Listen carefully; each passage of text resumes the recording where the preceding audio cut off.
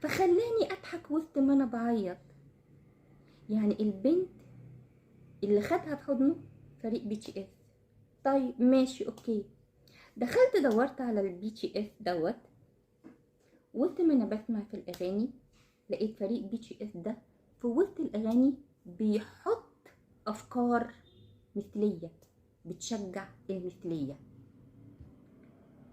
يبقى انا خليت ابني وبنتي في حضن ناس ممكن يدخلوا لهم افكار غريبه.